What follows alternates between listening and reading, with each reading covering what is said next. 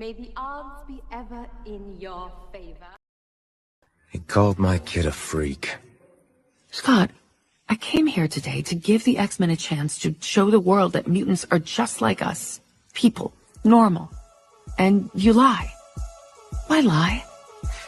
Because you're normal. Excuse me? I said because you're normal. You're ungrateful. We fight, risk our lives for you. Evil mutants, robots, crazy aliens. I gave him up. I gave him up because you can't say thank you. Because I have to stomach your questions and prove that I'm a person. I lie because the truth is we're nothing like you. Thank God, because it's the only reason you people are still alive. Welcome to the mic drop moment of 2024. Scott motherfucking Summers finally putting these normies in check. Episode 5 has dropped, and my official slogan for all of Xmen 97: fuck the normies. You normal DNA having ass nigga. You non-X gene having motherfuckers. You non-genetic enhancement ass motherfucker. You non-3 testicle having son bitches. You non-genetic enhancement scientifically improving having ass motherfucker. You hairless, worried about your social media. You know, I'm not doing this all day with you. I'll keep going. I was ready. You already know how we play. We play all day. What it do, y'all? This is a special edition of Hnic. There are a few times in media that a fandom gets done so right that we're like, we got to dedicate an entire episode to this shit here. Xmen 97, episode 1, I was like, ooh, it's good, but let's see how it goes. Episode 2, I was like, oh shit, they gonna get heavy? Okay. Episode 3, I was like, bitch. Bruh. Bitch. By episode 4, I was like, oh, all right, they go to drop off. I was like, yeah, this is cool, but not really my speed. Like, who is No, the first half of episode 4. Hold on. That episode 5, though. Yes. That episode you can say 5. That episode 5, they played their cards right. Listen, that episode 5 is when that episode 5 is like when, you know what I mean? Shorty let you come over. Y'all do your thing the first time. It was good. But she like, you know, we need, it was good enough to run it back, but you know, you ain't really put your whole dick in her. That second time, that second time, it's like, oh, he learning me. Oh, it feels real good. Okay, this feels familiar. I think I want a third round. That third round is when you come and you get, like, when your big toe get up on the edge of the bed. Yeah. And leverage. You know that you got that neck down and you doing every X-Men fuck the shit out of us. In episode 5. We can get to under 10 minutes without the puns. Nah, no, not at all. Stop that. This is still on brand, nigga. You know what it is. True. I was just having a gamble. Yeah, but no. We'll Disney is like, listen, the way Magneto smashing the shit out of Rogue, I'm sure that they're not worried about our content no more. Nope. Well, first, let's get to the introductions. I apologize. I'm super excited about being able to review. This is the mid-season review. We're reviewing episodes 1 through 5 of Xmen 97. What I want my panelists, this lovely panelist of dope black creatives, to do is, one, introduce themselves. And here's the caveat. I want you to introduce yourself. I want you to tell me your favorite scene of the original X-Men series, the OG. OG series, and your favorite scene of the new one. So, of course, I think we give ladies the courtesy of going last. I'm gonna move you in. Listen, from one bald-headed Negro to the next, my man holding it down for Hnic, Head Nerds and Gaming, our official aficionado on all things Helldiver. Welcome, soldier. Talk to him. Bonjour, mon ami. This is your Helldiver Roughneck Soldier Rank Star Marshal Black Chivalrous Nerd back at it again, once again, ladies and gentlemen. So glad to be here. Happy about this. I want to say one of my favorite scenes from the original was when we first met Jubilee and she messes up the arcade and the dude goes, "Do you know how much that costs?" She goes, "Yeah, 25 cents," and walks away. Get that 90s attitude, that teenage angst. And then my favorite scene of the current Storm in that at the UN. Yeah. I think I got that. The UN. Let me see if I got that. Oh wait, hold on. You talking about this scene? Wait a minute. Let me see if I can help you out a little bit there, Broseph. Stationed at every door. I want those in the lobby to assist the other X-Men. You, Uncolor Magneto, you! Well, now who does she think she... Do not think. Be silent. Heed my commands and you shall survive. That... Yes! Shut the fuck up. Let me quarterback this bitch. And maybe your lily white ass might get through this. Maybe. Yes. Okay. I love that shit. Shaq Deezy, talk to me. I know this ain't the regular show, so I'm kind of just gonna keep my Marvel related nicknames references. Okay. What's good, y'all? It's your boy Sir Shackley, your favorite anime alcoholic, because I don't go to AA meetings. Sorry, I got distracted. AKA the alcoholic, AKA the Wakanda style kickboxer, AKA Shaq Delicious, AKA the sensational Shaq, AKA Mr. Funny Face of Hnic, AKA the forgotten son of Aaron Davis, AKA the prowler of Earth. Folk, we do it for show. Yoko. Favorite from the old school. I don't know. I just embraced all of it so much, but I will say, old girl with the very long claws. I forget her name. Oh yeah, Lady Deathstrike. She scared the fuck out of me. Yeah. When I was a kid, I was like, But like, women with long nails used to come anyone, around me. I was like, "Go ahead on, bitch." I knew Wolverine told me what to do with your ass. Listen, when I saw as a child, when I saw a woman cosplay her, I felt obligated to grab a Bloodforce object and be like, "Back away from me." Solely, they said your titty's been bouncing for 5 straight minutes. Carolyn, They're not even paying attention to us anymore.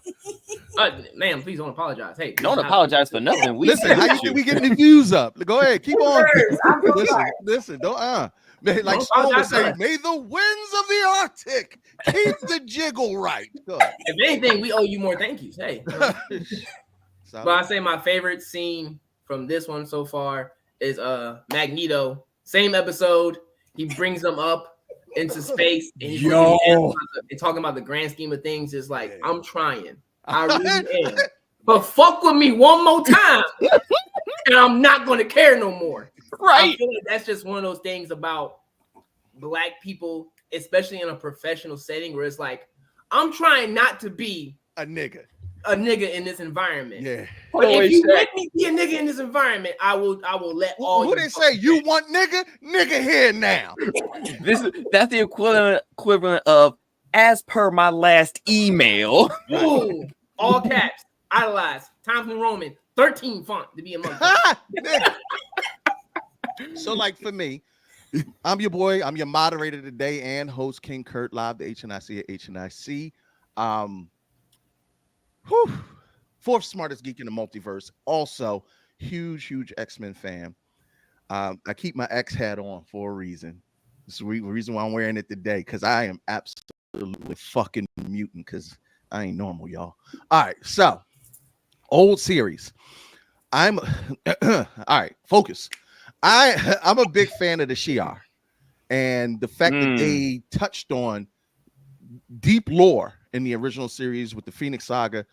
One of my favorite fucking characters from Cosmic Marvel is Gladiator, and they let my boy shine in the original series, where the Juggernaut, who is this unstoppable force, my man Gladiator picked his ass up and threw him a country fucking mile, and it lets you know, like, oh, they different over in the Shi'ar, and the Shi'ar. Absolutely, I'm waiting for them to show up in X-Men 97. My favorite scene, though, in X-Men 97 there's very few times that we get to understand how powerful Rogue is. I mean, not Rogue. No. I mean, Storm is. Mm-hmm. When my man says, Storm, give him the forecast. And this black queen steps on the sands of time, lightning striking the ground. And scientifically, the heat from the lightning is so intense, it forms glass shards underneath her fucking feet. And then when the Sentinels turn and say, bitch, Omega level mutant detected, and you like, I just know she not. I just know she not. And she pulls that windstorm together, mixes in the glass, and trashes all of Master Mold's Sentinels in one fell swoop. And she says, you know what? I could talk about it, but shit. Give him the forecast. Omega level threat detected. Come on, man. This one beyond Shut the fuck on. She said my feet don't touch dirt, bitch. Stop on these hoes. Ancient sands, heed my command and reclaim these relics of hatred. Or somewhere like, man, watch out.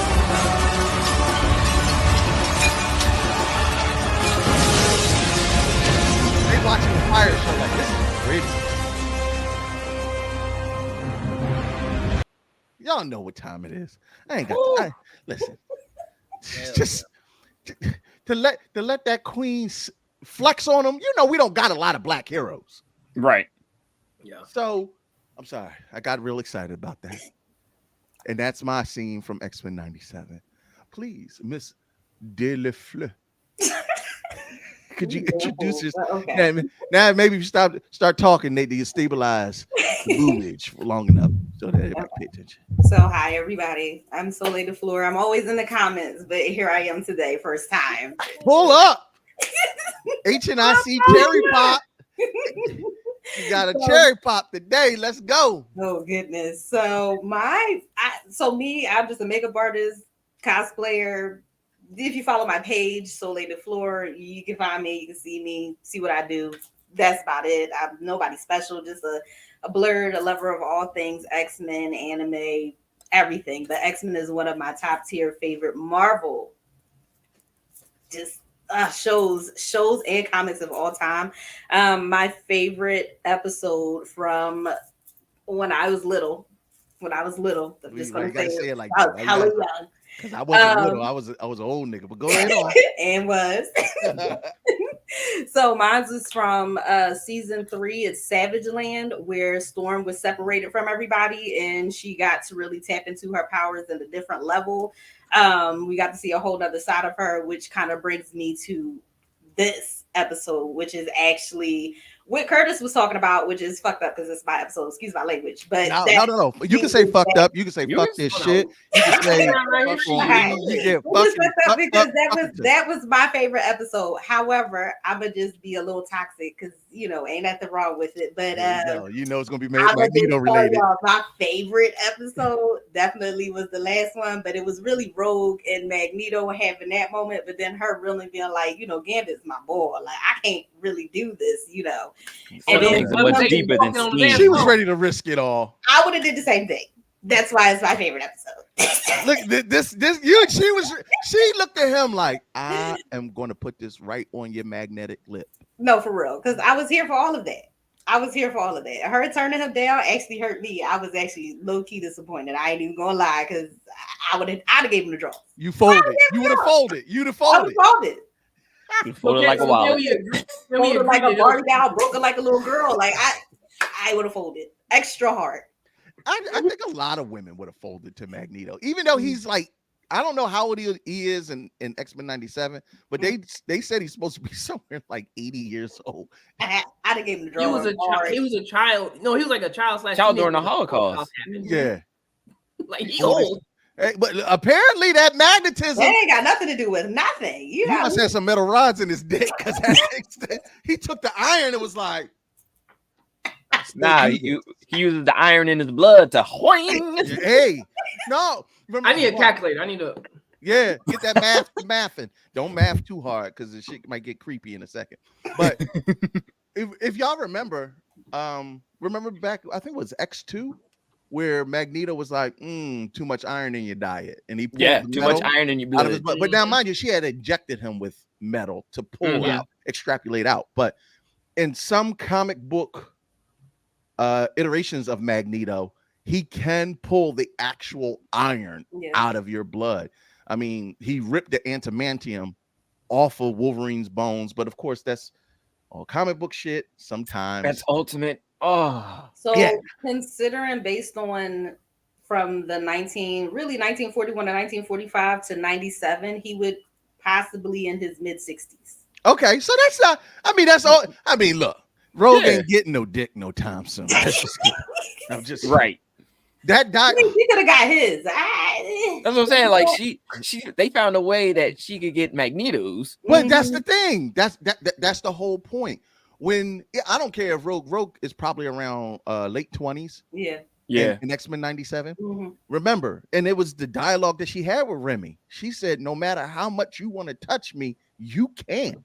Have you ever been touch starved? Could you imagine going your entire life being touch starved? Look, that's 60. Oh, being in the military. All I'm saying, a drop of water is like gold to a man that's going through dehydration. A cracker is a gourmet Eddie meal Murphy to a said it best. If you starving and you eat a cracker, that's gonna be the best cracker you ever had.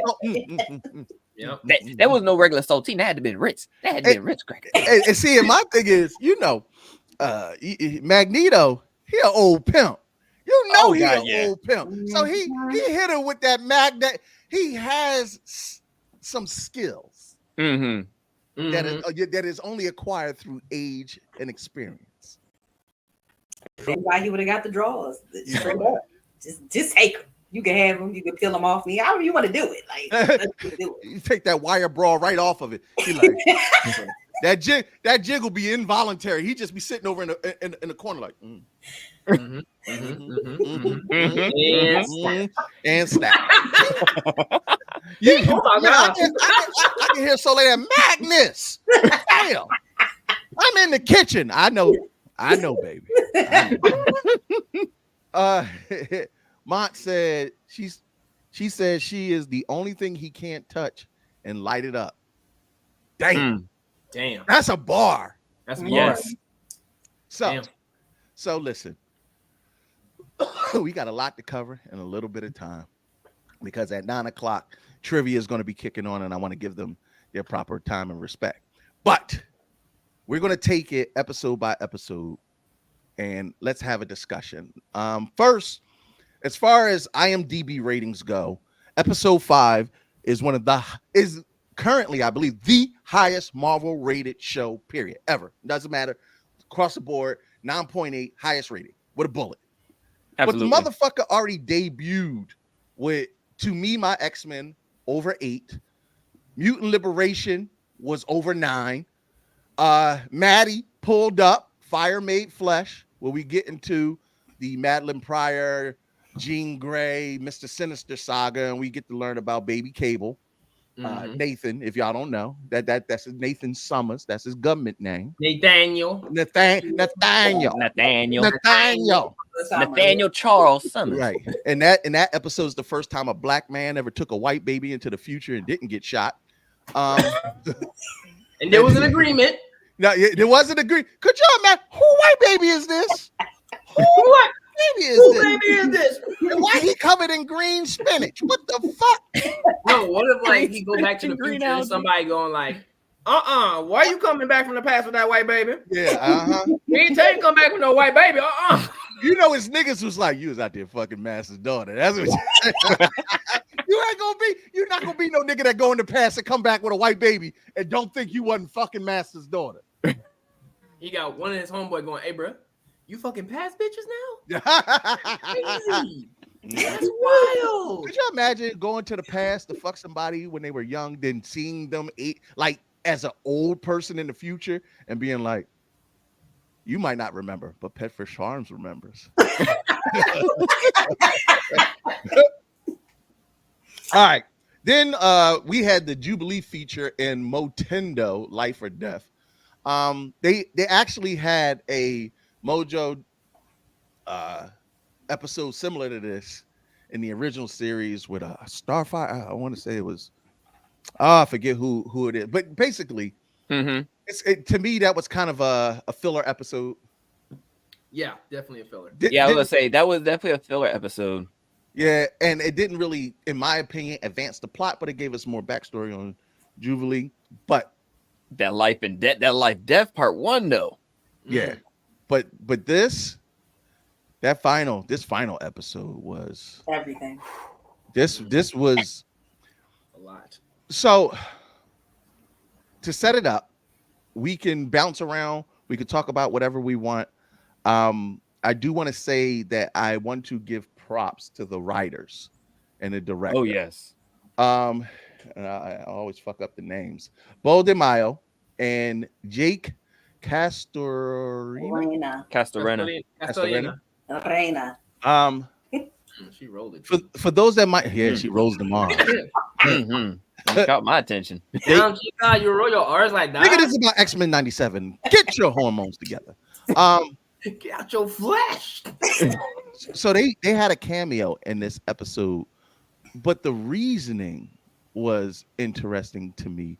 The reason why they had a cameo in this episode is because this episode was inspiration from the club shooting where LGBTQ plus club was shot up in a moment of hate.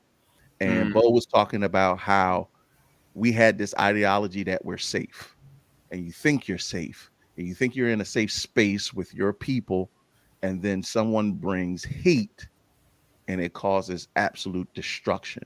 He was actually, he frequented that club, and I believe he was there the night of the shooting. Don't quote me on that, but that was the inspiration for what has been dubbed the genocide of Genosha.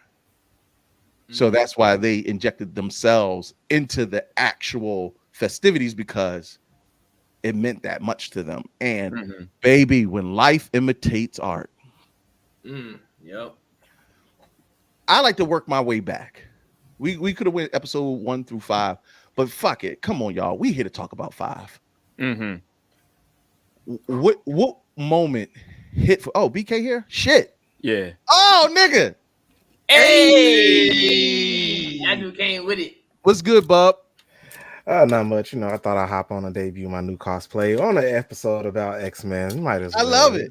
I finally got people to leave. You came at the perfect fucking time, because I don't know if I was explaining it correctly, because me and you actually had the dialogue about Bo and the inspiration for episode 5. BK, can you give a quick introduction and kind of break down what inspired Bo to handle the genocide of Genosha the way he did? What's up, everybody? It's your boy BK E4 Life. Y'all see me almost every week, just about on here. But Genosha, because I came in while you was talking about it. That the post shooting was just horrible. That was just a whole point, mark in history on hate running rampant, hate trying to take control, hate trying to just take over and keep things, to what the ideology of what a human being is, or what a person is, or what a person should be. That, like, at the end of the day, the hate was there to be like, you shouldn't be sleeping with other men. And it's like, why are you so worried about other people's lives? Like, do that affect your rent? Did that affect your bills? Did that affect your life in any type of way? Except maybe the fact that you have some secret homophobic homosexual thoughts, and you just project a homophobia because you're insecure about yourself. But it's like that moment of watching Cable trying to save Genosha, and he knew it was too late as he was being pulled back into the future. And these upgraded Sentinels come and just start killing, like instant killing, like upgrade to the point that they're evaporating mutants on site. Like, it's ridiculous. And one thing I felt from that scene alone, I gotta say this was an emotional ass episode. That episode, I didn't think about the post shooting until Bo DeMaio tweeted. What I felt was just I saw Black Wall Street just getting bombed. Yes. Like yeah, I saw genocide of Black liberation. I saw genocide of Black freedom. I saw genocide of Black people can achieving their own country from the world, and yet we're still hated and terrorized. Wait a minute, hold on 1 second, BK. Yo, shout out to Dre. Thank you for the 100 stars, good brother. Appreciate you supporting the platform. Thank you, bro. Always Thank much love to you, Dre. Go ahead, continue, BK. You got money. It was, but it was just like looking at that. I was like, yo, because at the end of the day, me personally, Black peoples we are mutants. Like we have melanin, we absorb the sun, so we are our own super beings. We are superpower. We do things differently in so many other ways, different from the world that the world imitate us. Like everybody want to be a nigga to sign to be a nigga. Oh, wait a minute, hold on. Pause on that bar, because do everybody, do the rest of the panel agree with what BK just said? Are the X-Men Black people? Keep it a buck. Yeah. Yep. Some people treat it like marginalized people. Some people who go through discrimination. I feel like it's a direct parallel to Black people. I mean, I think even Stan Lee said that was the inspiration behind them. These are minorities, but the civil rights movement was the inspiration behind X-Men. Because Magneto's Malcolm X and Charles is Martin Luther King. God damn right. That's why Magneto is and always was fucking right. I'm sorry. Go ahead. No, I mean Magneto was never wrong. His methods may be a little bit extreme, but any means necessary. But that's the thing, and that's what I want to get to, because Magneto, a G, original gangster. Y'all ain't fucking with him, because even when she was like, not many countries allow terrorists to be their leaders, yet so many let their leaders be terrorists. I said, "Oh, the shade." I was like, yo, they just came at America. No, hold on. And this is the quote, because that's a bar. There was moments throughout this entire episode 5 where I was like, that's a bar. That's a bar. That's a bar. Now, wait.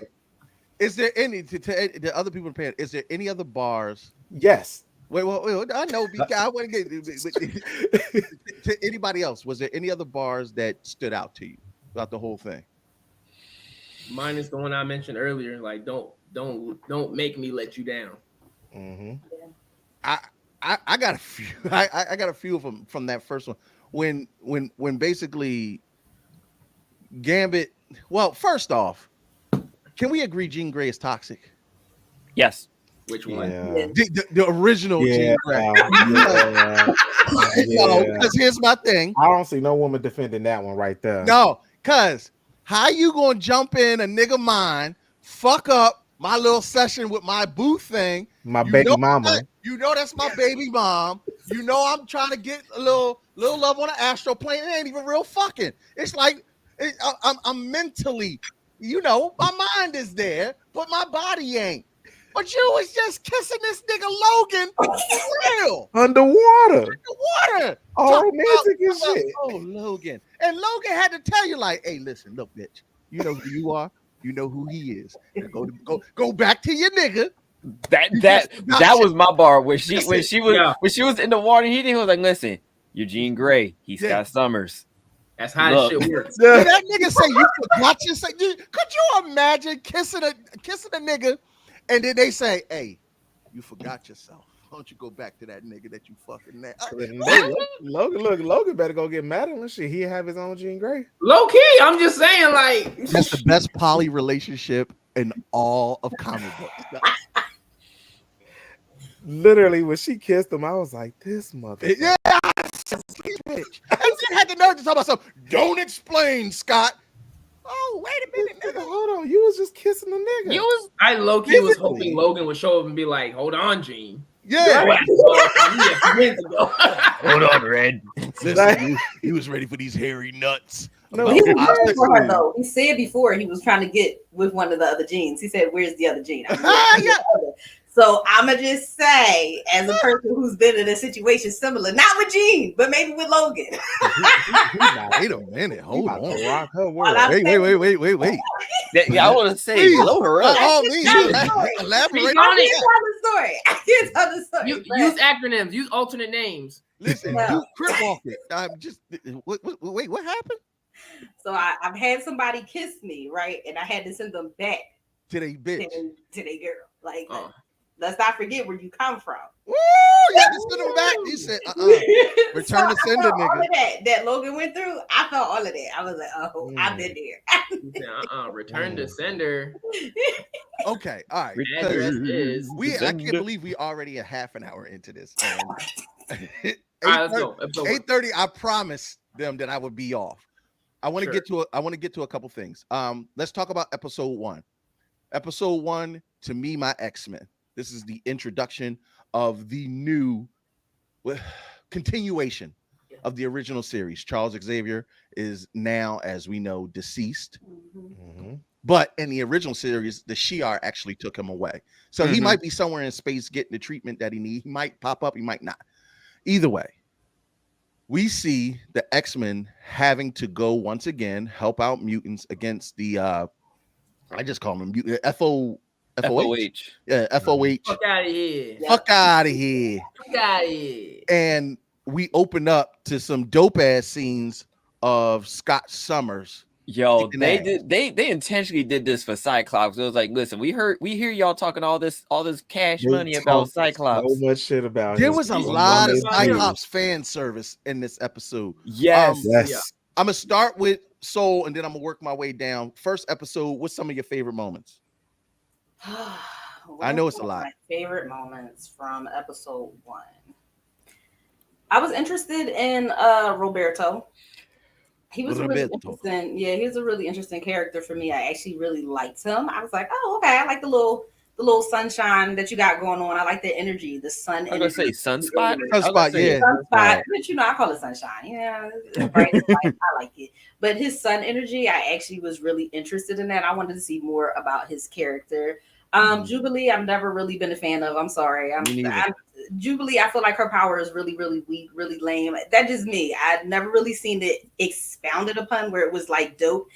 Even when you get into the other episode that we're not talking about right currently, I still wasn't a fan. You can bounce around if you want to. I just wasn't feeling that. She just wasn't a character for me.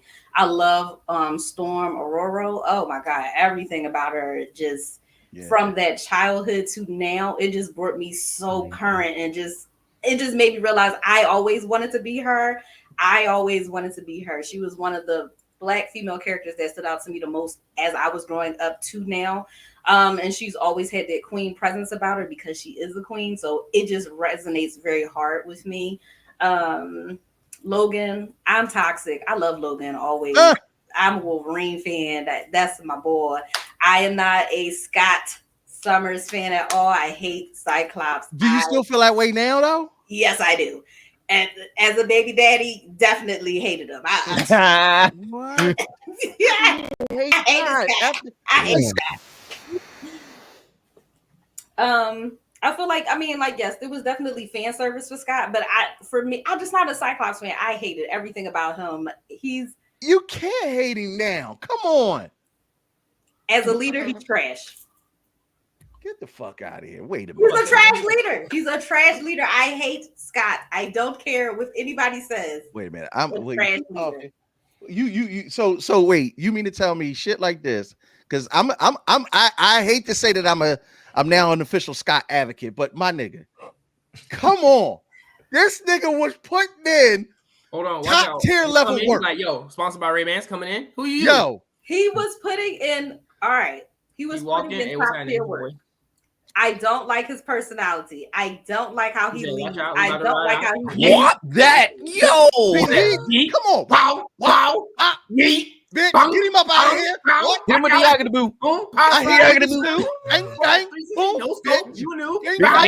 Hold on, wait a minute. Get to that part. He blocked him with the elbow. That was dope. It was really exciting. I mean, Scott is that G though. Oh, he out here.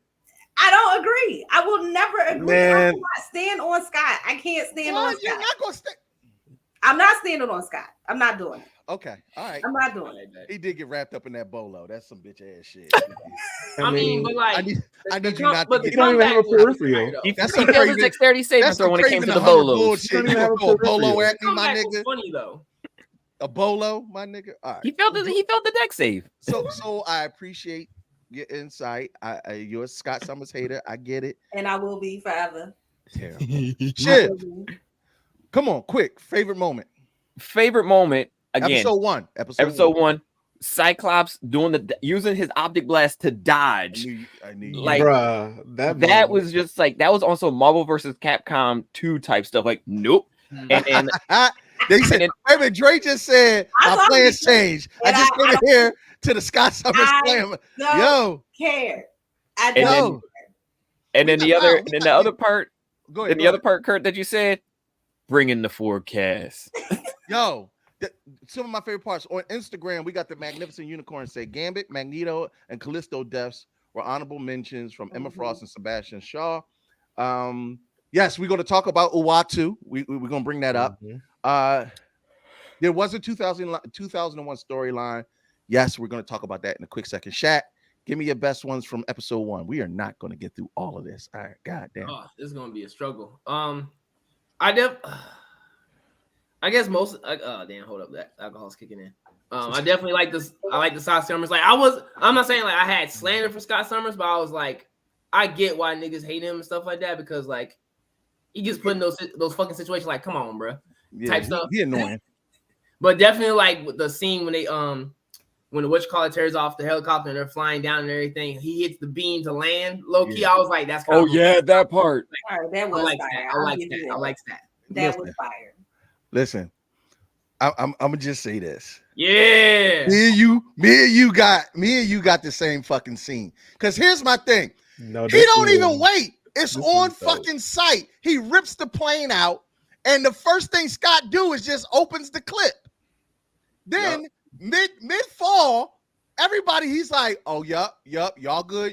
Who got who? Rogue, you got that? Storm, Angel, bet. Say less. I'll see you niggas down below.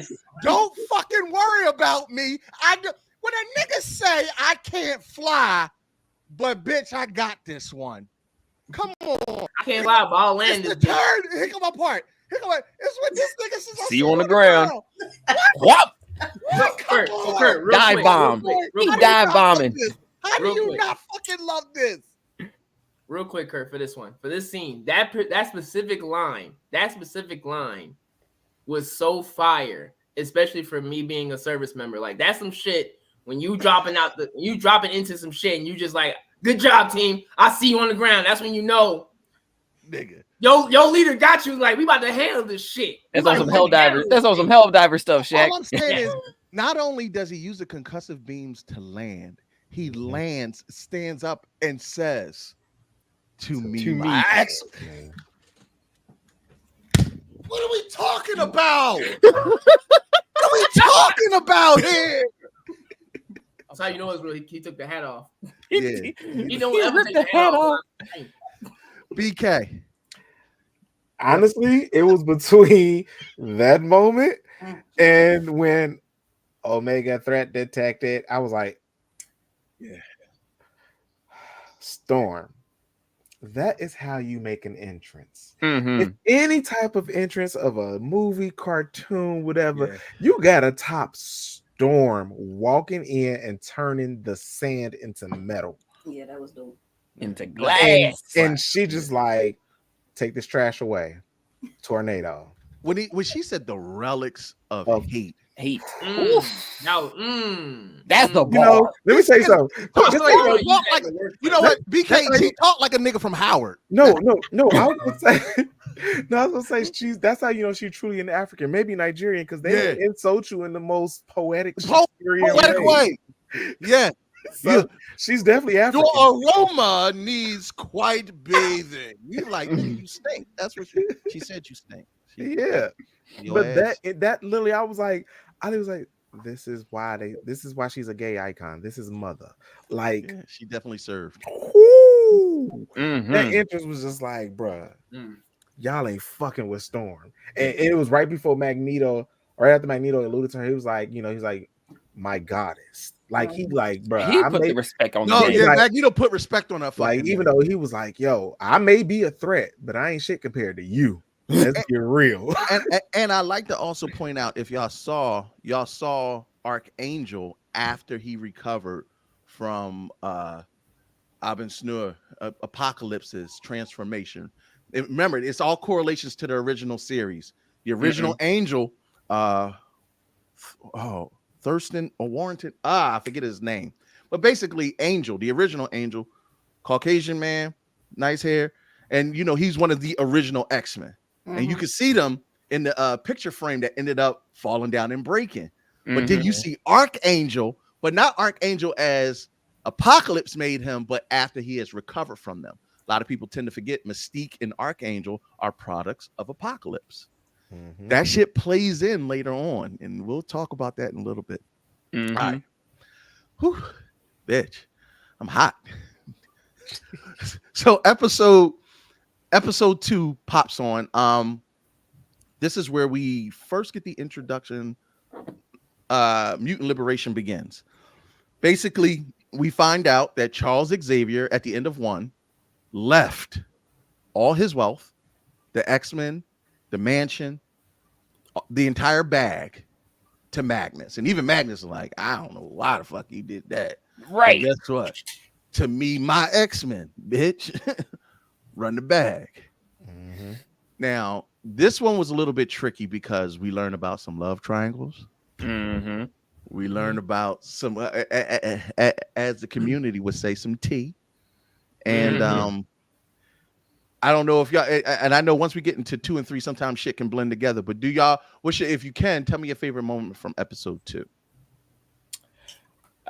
One of my favorite moments was when Moore turned into Psylocke. It was like he was turning into all the other different mutants to fight off the insurrection. Right. The other one I like was when Magneto created the poles, and it was like, Storm, if you will. Yeah, and made it a conductor. Yeah. Yo. So do y'all remember Marvel Alliance, the video game? Yes. Yeah. One of the great things about Marvel Alliance. Alliance was the 2 characters, no matter who they were, they could combine their powers to do dope shit. There's actually a moment in the X-Men series where Wolverine and Gambit did something similar. They were running towards it, and Gambit charged his claws. I'm trying to say what happened. And when you think about it, Wolverine is the only one that can pull it off because he heals. Ain't nobody else survive like the explosion from Gambit. Yeah, big facts. Okay. Any other favorite moments for? Oh, here it is. Yeah, that moment. This moment when they worked in tandem to use their powers to help each other, and that was another great one with Storm. Bourbon Street boom. I'm just I was gonna go for Cajun claws. Like, ooh. Like you can't. First of all, she's already been established as an Omega level threat, but we also saw her nerfed in episode 2. Yeah. For me, I'm gonna just say for me, that pain in this woman's face when she looked up and she realized I'm not a human I'm not a mutant anymore. As a matter of fact, I can't even feel the wind. Yeah. She said, I can't feel it. And it's not per se that moment. It's not when she loses her power. It's the way Magneto looked, saw his goddess on the ground, and turned to them motherfuckers and was like, this is the shit I'm talking about. That's the shit I'm talking about. She curled up in fetal position. Bro, you ain't never seen Rogue in that type of energy, except for when she, going through a claustrophobic phase or something like that. But the way Magneto, he was like, that's how you fucking want all of us. So here's why that resonated with me, and I'm going to say it real quick. Whenever we see the police brutality, whenever we see the degradation, whenever we see them put us on our knees, something in us, black people, we be like, that's how they always want us. They want us subjugated. And that anger that Magneto exhibited, the reason why that episode hit, especially for people of color, that's how we fucking feel all the time. All the time. Yep. All the time. Yeah. No, because X-Men 97 being written and directed by people of color, and even more so marginalized people of color 2 times over because of their sexual orientation. This is why this series slaps. This is why I need these media companies to wake the fuck up. You want to know why it's so good? Because it resonates with people in a way that you as a Caucasian person could never write. So is there any more from episode 2 that you really loved? My favorite from episode 2, and I'm just going to say it, it's the beginning. It is where they're coming to get Magneto. And yes, like the power that he used for the helicopters and then turned them sideways and like that shit right there. She was like, she legit thought she did something. She was like, listen, you can't do anything, Magneto, because their rifles aren't affected by you. It's not metal, yeah. Lie again. Really? Lie again. Oh, the guns aren't metal. Yo, helicopters ain't, bitch. It's the tilt for me. And as the helicopters draw closer, she like, oh, this nigga different. I forgot. We didn't bring plastic helicopters. Here's my thing, bitch. I pulled together an asteroid to live on. Like, I did that. Asteroid M is me, bitch. You came, you showed up in metal helicopters. I need you to think that through next time. So the one you know what went through his head?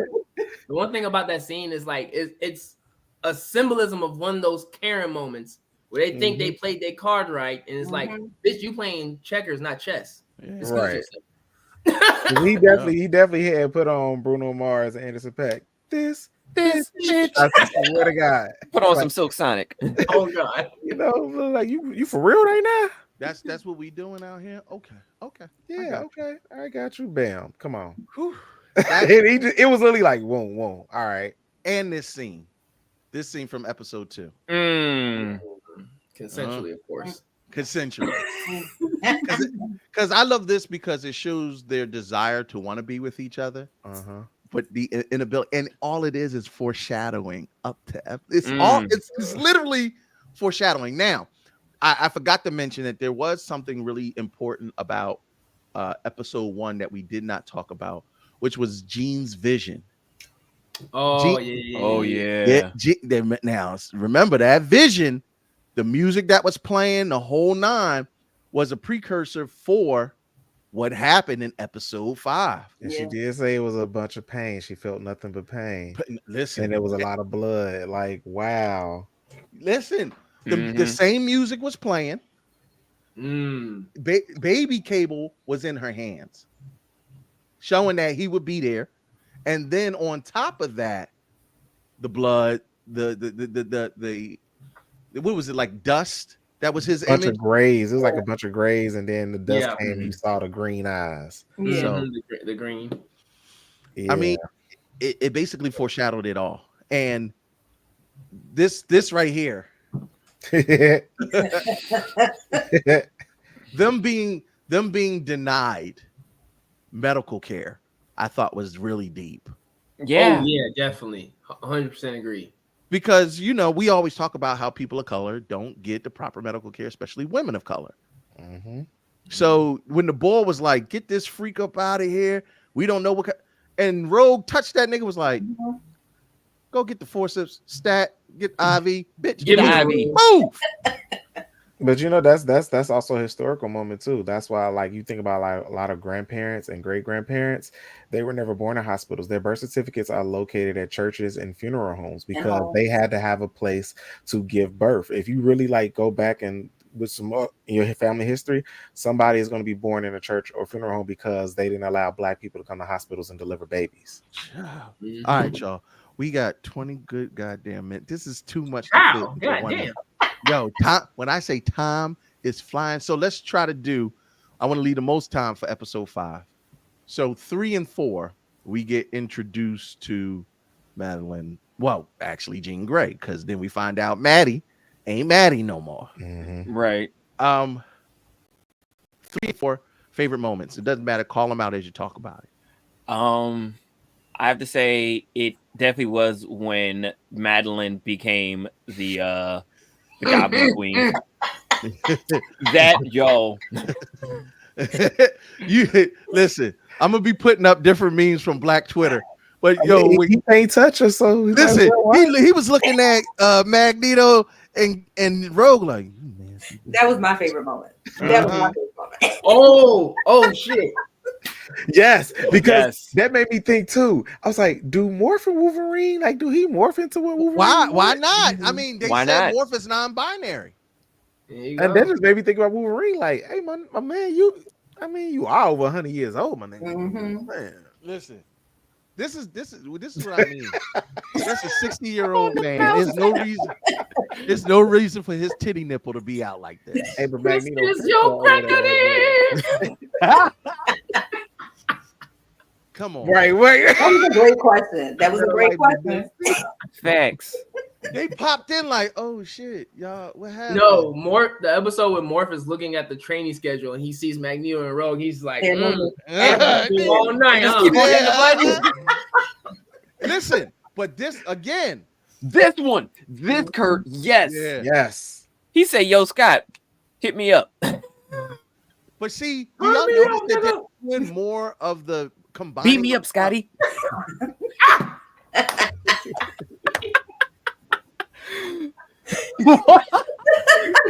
Swallowed. Have you been swallowed up in your mind? Have you ever gone through a swallowing? Mind freak. Listen, when they said Madeline Pryor, the Goblet Queen, was serving cunt, they said serving cunt. I was like, you know what? And what I love is, look, they actually they didn't say, exclaims in Spanish. It said exclaims in Brazilian Portuguese. Like that's how much yeah, they're trying to give the representation that it deserves. That was a good moment. That was a good moment. And it was her being like, Storm would have said it was me. I don't know, baby.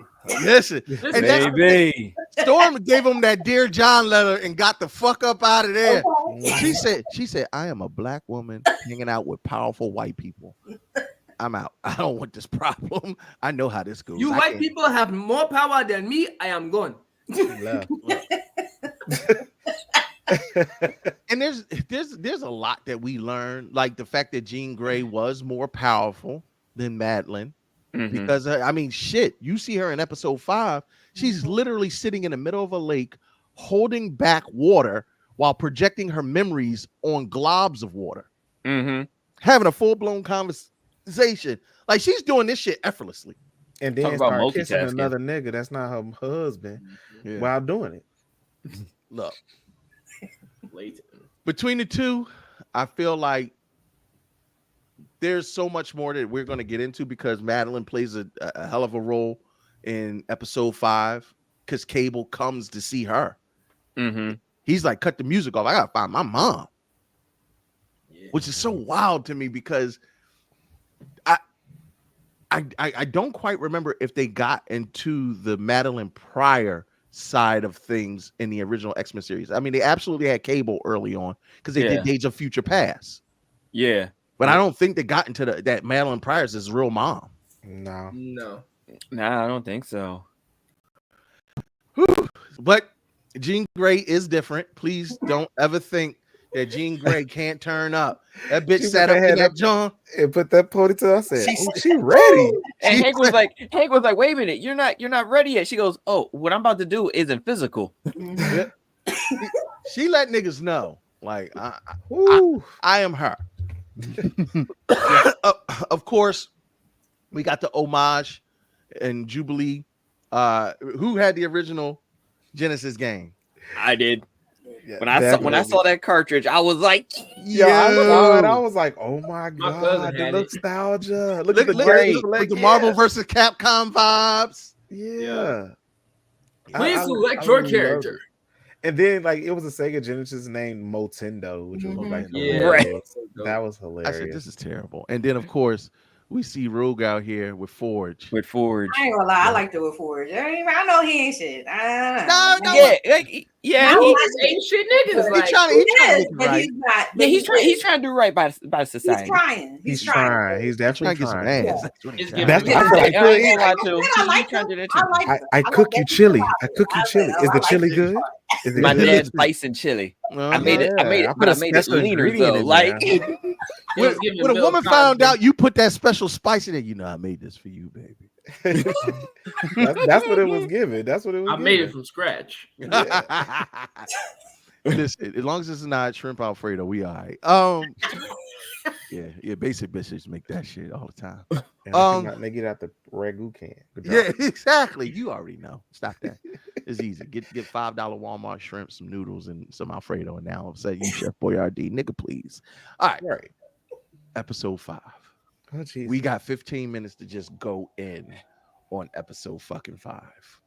Yo, all fuck right. these normies, So like BK said, So like, back to the theme.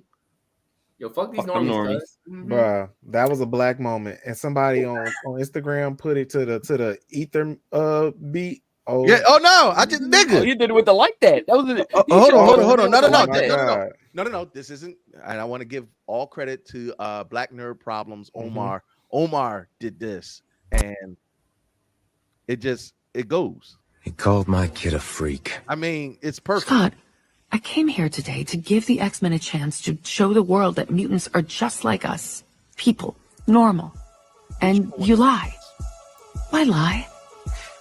Because you're normal. Excuse me? I said because you're normal.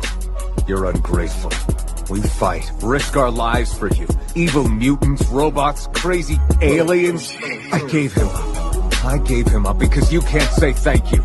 Because I have to stomach your questions and prove that I'm a person. Talk to these I lied niggas. because the truth is we're nothing Fuck like these you. niggas. Thank God, because it's the only reason you We the people are best still mutants. alive. We the best. Be bruh, my nigga Charles. Fuck y'all niggas, bro.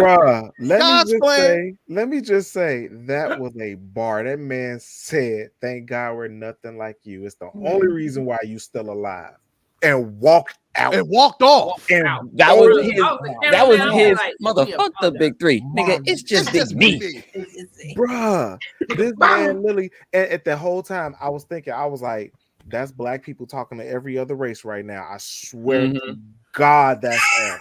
Swear to we trying to prove that we human, that we normal, bitch. We ain't normal. We fucking mutants. Fuck you, right? Like Yeah.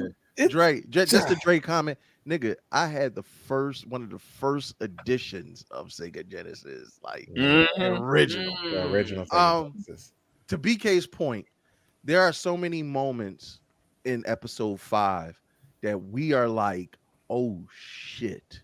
Like there's so many oh shit moments. One of them being one of the Come on. That moment right there. this. You turn that thing into gumbo, boy. This right here I'm just gonna shows start the cooking. range that Gambit could do. If he wanted to, he could blow up the planet. That's so. This man said, I before I die though. You But- did too. I mean, he wasn't gonna let Rogue die. He wasn't having that. He No, wasn't gonna let his share go. So to that point, hold on. Let me because Shiv ain't let's get Shiv out of there. All right. That's okay. So wait. It's not just the moment. It's not just the you so nasty, Shaq. It's not just the moment that I'm stretching. he blows up the Sentinel. It's Yeah, the fact that he peeped the love that Rogue had. This motherfucker. This nasty nigga. It's just. I apologize, Miss. So let me. You know how they got to do in school? Let me separate these two. Let me put the one nigga with good sense next to you. Now go feel on BK, nigga. High five. Uh, My nigga. Wait, Kurt, you do realize me and BK are the same way. What up, Shaq? That's why I said. That's Right. why I was with Shaq. Okay. Look, oh, you don't like that, huh? Nah, nigga. Don't wave. Take that. Take that. No diddy. All right. So for me, it wasn't just the moment that he died. It was what he did leading up to the death. It was the fact that he saw Rogue react to what we perceive as Magneto's death. I personally have a theory. I think Leech actually dumbed down his powers so that the Sentinels stop recognizing that Magneto wasn't a mega level threat, because that is Leech's power. Yeah. But we won't find out to episode 6. But obviously, Rogue gets mad. She ramps up, and she can't take this thing on. No. The fact that Gambit charged a motorcycle, A whole motorcycle. while riding that motherfucker, And not to smooth the Not fuck to out. smooth God, that shit was deep. That was like on some like Smash Brothers, like clear you off the Bro, stage type cleared shit. her off the stage, Yeah. but then pivoted, ran straight towards this motherfucker, Parkour type shit. bro. And when he says the cards are in my favor, this nigga go like if you gonna go out, you go out like a G. Yeah. And even when he caught it, he was just like, My name is Gambit, come mon on, ami. I ain't He go had a front. smile, a little smug smile of that. Yeah. My name is Gambit. Ooh. I mean, yeah, I was broken though. But you know what? That's not the part that broke me. It was Rogue crying. when She she, said, I can't feel ooh, you. it's I how can't he, feel you, bro. I can't feel you. They silenced it, went to black, Mm. and was like, I can't feel you. I cried. I Like cried. that. And it's the fact that again, like she had no gloves on. She At all. had Yes. his body in her bare hands. Yeah, And she still couldn't feel him. Yeah.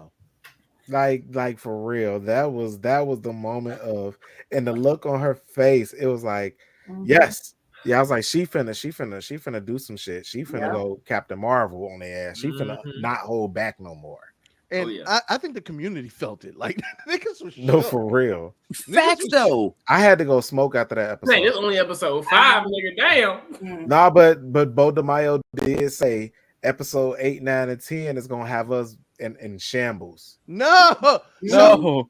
So here's the good thing. Bo has already written season 2. Season 2's done. So we at least got his greatness for season 1 and 2. I wanted to bring up something that my man E-Man from E-Man's Reviews brought up about Bo. And I think it's a pertinent conversation. Wow, what I said.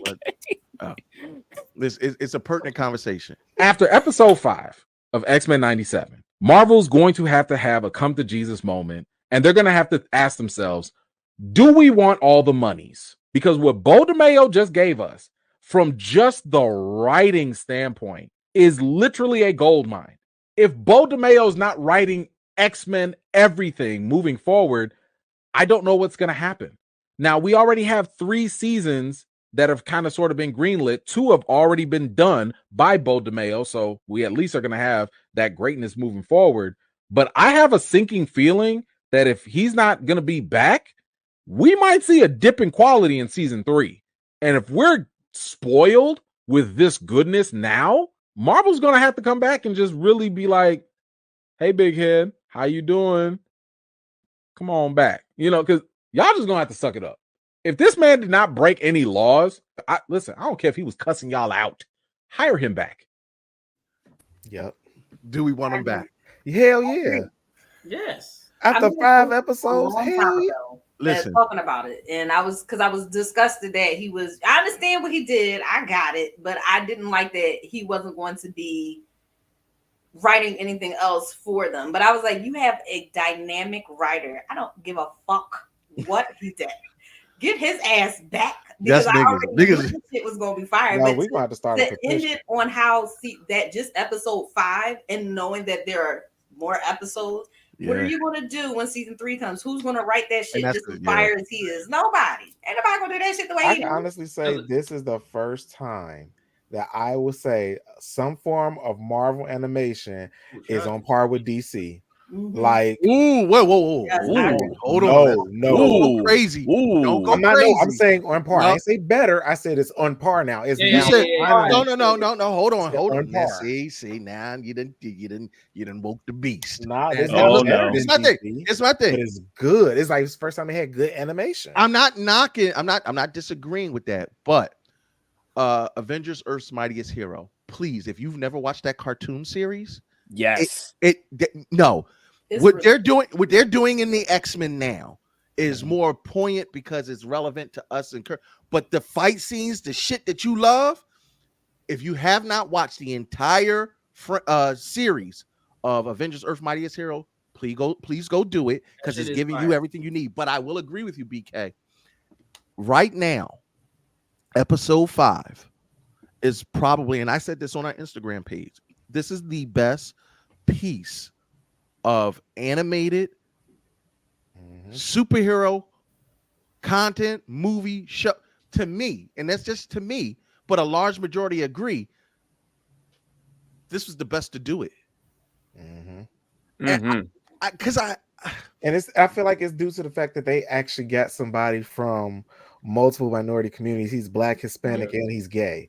Like, you got somebody who gets it all from all three worlds, and he's a nerd on top of that, and he knows how to do the story in a way that the fans will love it. But okay, yes, BK, I'm not going to disagree with that. Yes, that is part A to the ingredient.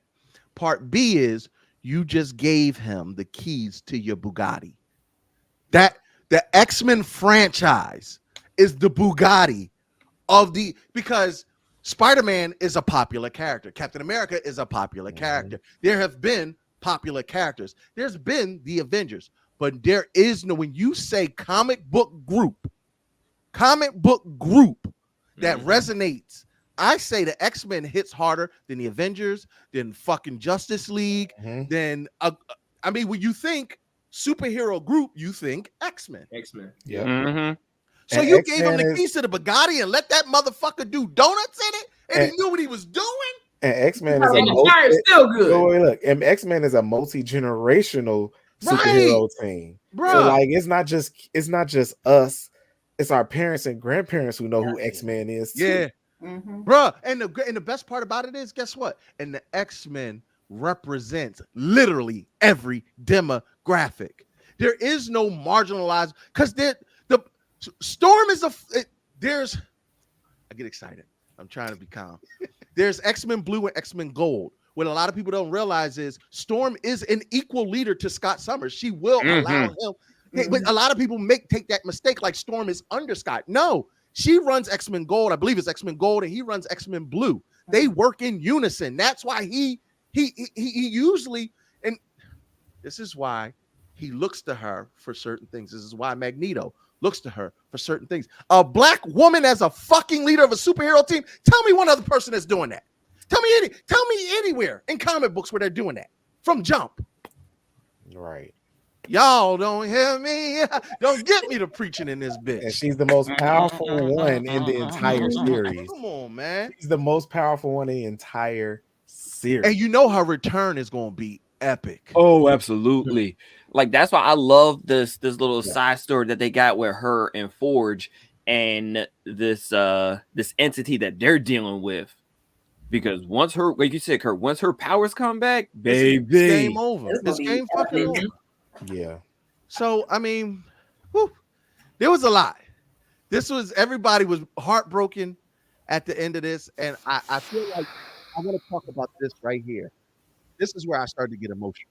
Because, again, carryover from the original series to the new series. The original series, Magnus helps the Morlocks, and he basically tells them, like, look, you're going to be good. He told Leech, if you remember in the original series, Storm is actually the leader of the Morlocks, but that's I'm not going to get into all of that. They had a lightsaber fight. I don't know how that worked out in 97, but either way, we're not going to talk about it. Storm is the leader of the Morlocks. Obviously, Magneto has done what he could to be able to protect them, but when Leech is like, I'm not worried about it, Magneto, they're going to come get me. That scene where he's holding back that blast from the Sentinel, and you because when you're watching it, you see them taking L's, and Magneto's like, I'm about to when he has the flashback to the Holocaust, and he like grips the monorail and just he used the train as a whip. The bullet train. Please take reference that he whipped it with a train. He whipped it with a train. That was a Django scene. That was a Django scene. Trick. I was like, this man using a train as a whip. Oh my god. Like, yo, that yes. So Now watch me whip. Watch me, nay. like,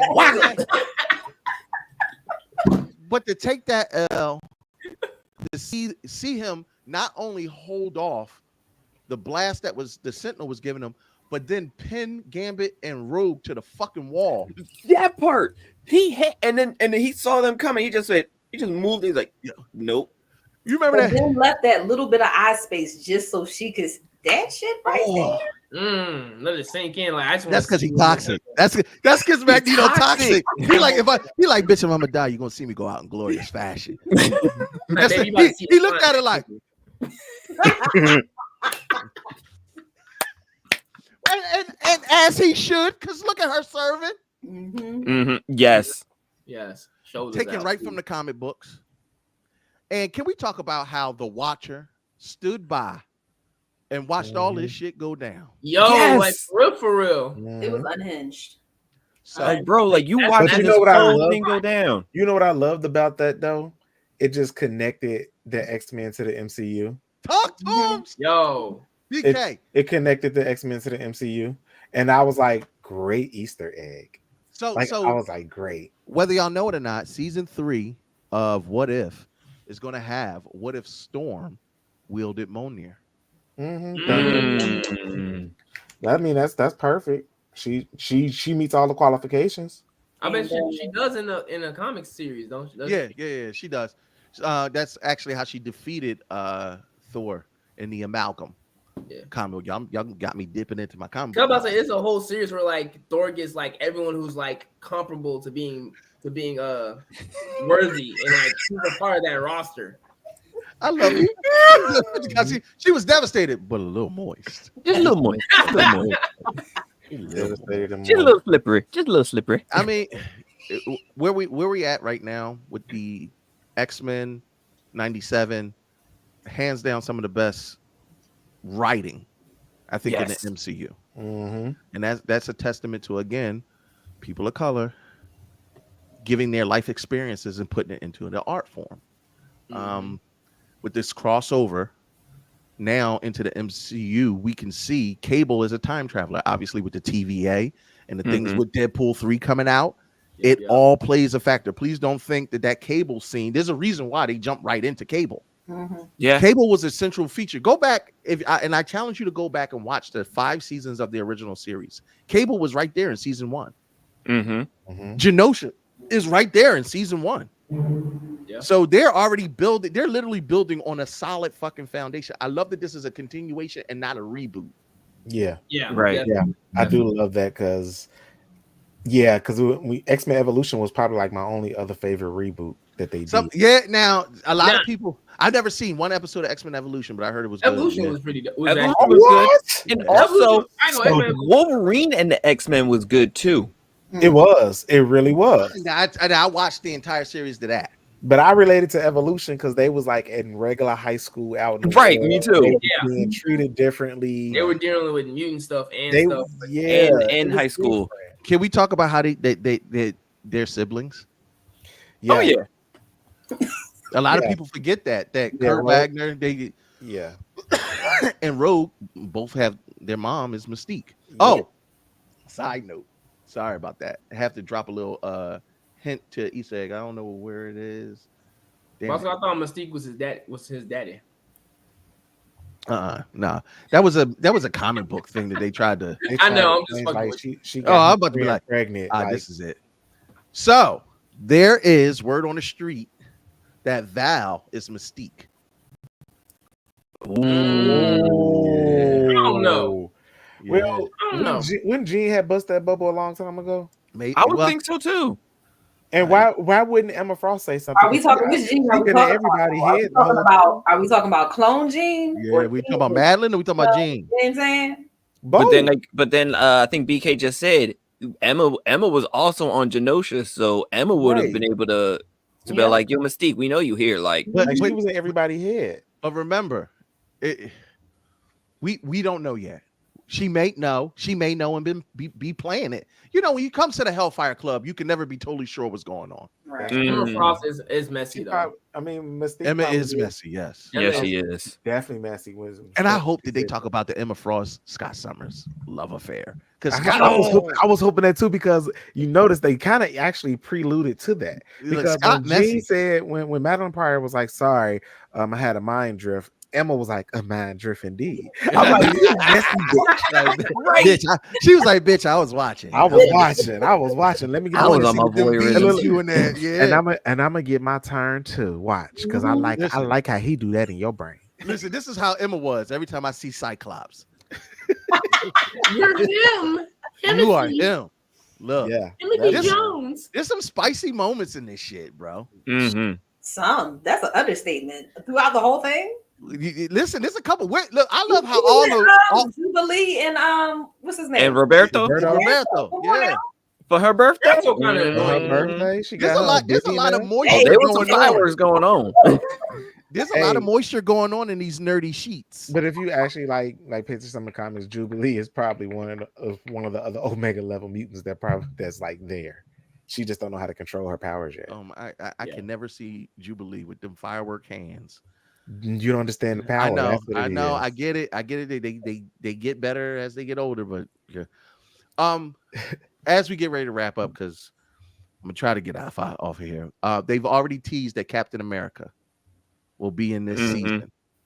I'm a huge fucking Steve Rogers fan. In the original series, Captain America showed up with Wolverine in a flashback episode, and towards the last season, season 5, they did a lot of crossover with the Avengers. There's a lot of people that showed up that were not part of the X-Men, but the larger MCU. I love that they open up with season 1 and giving us cameos from because I saw the Daily Bugle and it said something about Spider-Man, and I was like, oh. So I want to ask the panel, one, who do you want to see in the last 5 episodes, if you could? Just anyone, mutant, Avenger, doesn't matter. Don't matter. Villain, hero. Who would you like to see pop up in season 1 in the last 5 episodes? And what's your prediction of how it's going to end? I'm going to give you a chance. I'll say mine first. I have 2. Oh, good, Shaq. Then go ahead. Come on. I have 2. One, my all-time favorite, people don't know, Deadpool. Like somehow, some way, Deadpool just like, if not being involved in the episode, cameo because somebody mentions Wade Wilson in the conversation. Like that would have me, because Deadpool is like my all-time favorite Marvel character, because the shit he likes to do is what I like to do in my head sometimes in the work environment, but I can't. Secondly, same kind of concept, the hint or mention of Wakanda to bring in Black Panther. Especially with the situation. Just to have Wakanda involved in some way, fashion, because that's my next lore that I love. I love Wakanda lore. I gotta think of another one. Hold on. All right. I got one. Sorry, BK. All right. Go ahead, Denzel. All right. So, because they already teased it during Storm's Dear John letter, but I want to see Sabretooth make an appearance in the next, in the second half of season 1. I can see that. I can see that actually happening. Well, he kind of already made an appearance if you count Morph. That's what I'm saying. Like, they already showed Morph as Sabretooth. No, it's not the same either. Yeah, I know. But like, to hear Sabretooth talk and get to Wolverine the way he does, like, let's get it. And then I think how it's gonna end is Professor comes back.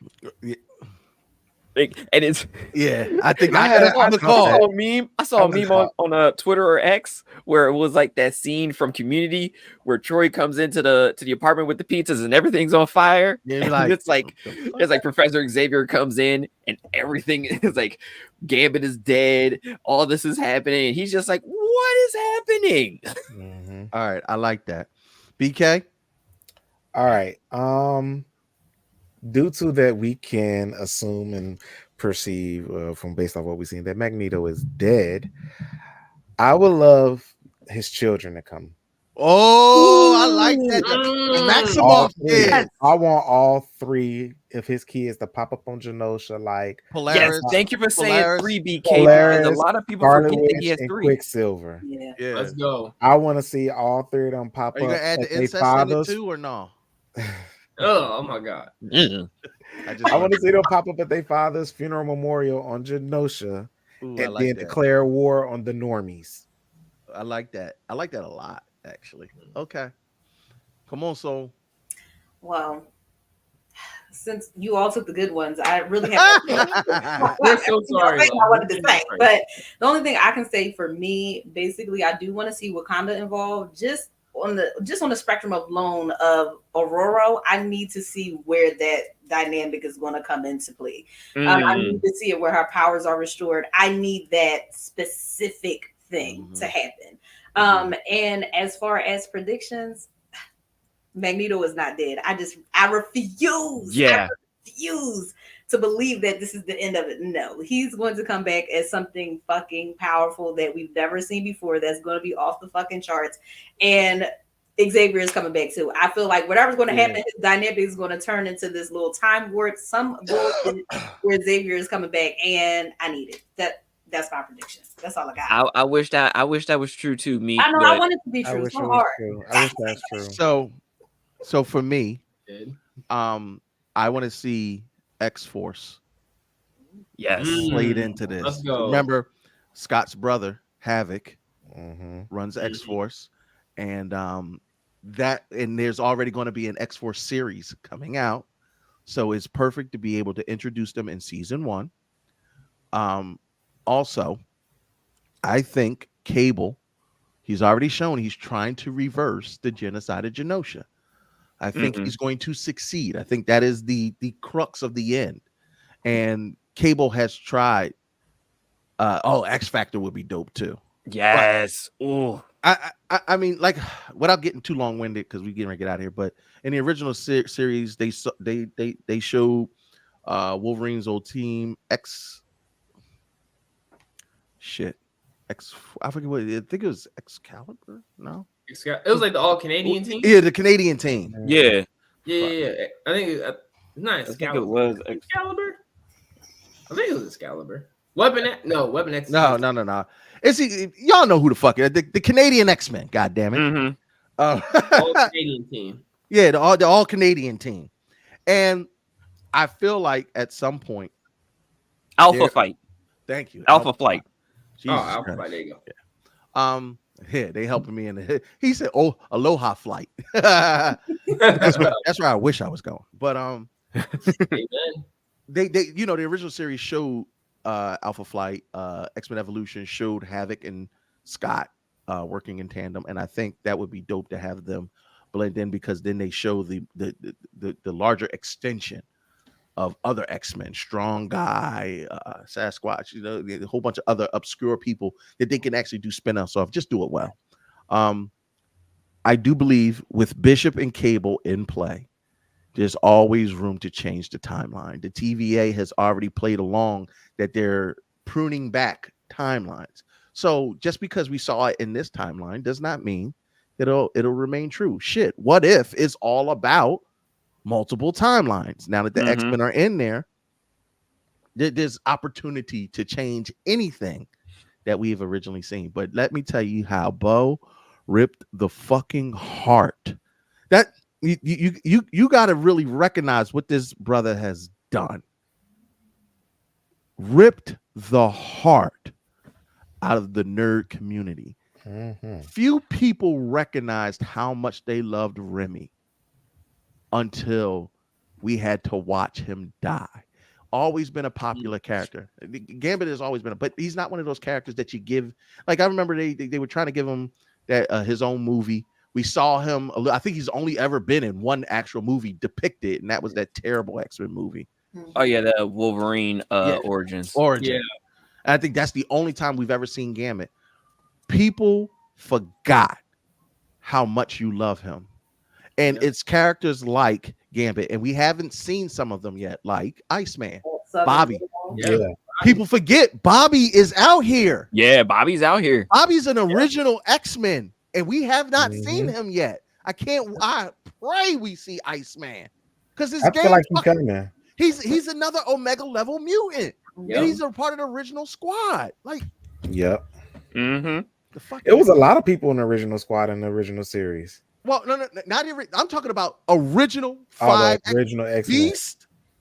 Marvel Girl was what she was called at the time. Scott Summers, Bobby Drake, and fuck me. Who's the fifth one? I thought it was Angel. Yeah, and Angel. Thank you. Because like Wolverine and all them motherfuckers, that was later. Yeah. Like Beast ain't even have no fur on his hand. He's just big ass feet and a mask. Mm-hmm. And like Decepticon said, Bobby is also a gay character in X-Men. Right. So, as it stands right now, yeah, I think we got everybody from the original. I wanted to show respect to my X-Men fans. Yeah. Look, we have a lot to be excited for. All the way up into May. We got 5 more episodes to go, and then we'll do a full season recap. I want to invite everybody on the panel to come back and let's go back over this shit again. Oh, most deaf. So you have already made an impact. They hate me just because of my thoughts on Scott Summers, and I don't give I don't think they hate you. I can almost be positive. I believe there's no hate, ma'am. No hate. Yeah, I'm about to say I don't think There's no hate hate. the right word, Buki. Yeah, but you good. Just say he's your least favorite. Don't say he hates. No, say that shit with both your chests. Let us know how they feel about it. Look, y'all. They feel great. Okay, they feel great about it. Miss Soul, I just want to say, shit, although we are sitting down, we are giving you a standing ovation. Look, Shaq was like, nigga, you just don't. As always, we devolve before we totally devolve into our masculine toxicity. Let's go ahead on. Let everybody give a shout out to your social medias and whatnot where people can find you, and let's make way for the Unapologetically Black Network that's going to be taking over the weekends as they do every week. Trivia is up next at 9:00, and I want to get out there fucking way before they cuss me out. So Shaq, tell them where they can follow and support you. What's up, y'all? It's your favorite anime alcoholic because I don't go to AA meetings and I'm never quitting it. So hit me up at Sir Shackley on all social media platforms except for TikTok because I ain't got time for that shit. Mostly on IG and Twitter. My Twitter is public. My IG is private. Fuck with me if I feel like it. I love it. Shiv, talk to him. All right, shares and mon amis. You can find me at Black Shrills Nerd on everything: TikTok, Instagram, YouTube, and Twitch. We gonna have some fun. All right. We're gonna keep it short and sweet. Yeah, that was some nerdy ass shit. Go ahead, BK. Y'all know who it is. It's your boy BKE for life. I'm actually about to hop on the stream myself on Twitch, so you can catch me over there at BKE for life. You know, jack of all trades, but a master of none. Listen, we out here. There you go. Joy, talk to him. Joy. Oh no.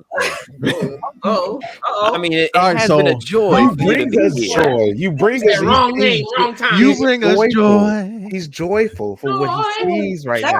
Shut up. It's Soleil de Fleur on Facebook, Soleil de Fleur _NUA on Instagram, and Soleil de Fleur on TikTok. You can find me. I do videos, talk shit. I do everything. But thank you guys for having me. I had so much fun. I love it. Well, you just gained a follower in me. Shit. Listen. Miss LaFleur has been busy in the comments, and we was talking cash money shit about the X-Men. I felt like this would be a great opportunity for her to come on and talk a little cash money shit with us. So I appreciate you accepting my invite. You're welcome. Thank you for this. Oh, you're more than welcome. It's your boy King Kurt live. As always, check me out on what seems to be like every fucking day now. I have my new podcast dropping this Monday. Always you have Next Gen, which I support the young ladies, the next generation of HNIC. You can catch me on Tubi Tuesdays, talking shit to black terrible movies. Wednesdays, you can pull up on Head Nerds in Charge, our flagship show, and see any one of these beautiful black people talking cash money shit with me. Of course, Thursdays are reserved for the unicorns, and Fridays Saturdays and Sundays for the UNAB, but I figured I'd slide in them cheeks real quick, pull in and pull out with the Xmen 97, always consensually, with the Xmen 97 mid-season review. Thank you to everybody who tuned in.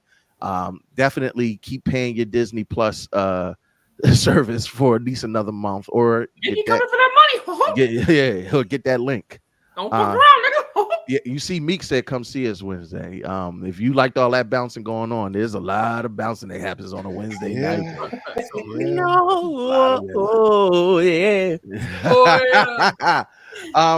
So as we close out, I just want to say thank you again to my panelists, and keep it locked because the trivia night, which is always heated, is up next. To everyone, I bid you a good night. Still can't stop it. Crawl. Still can't stop it.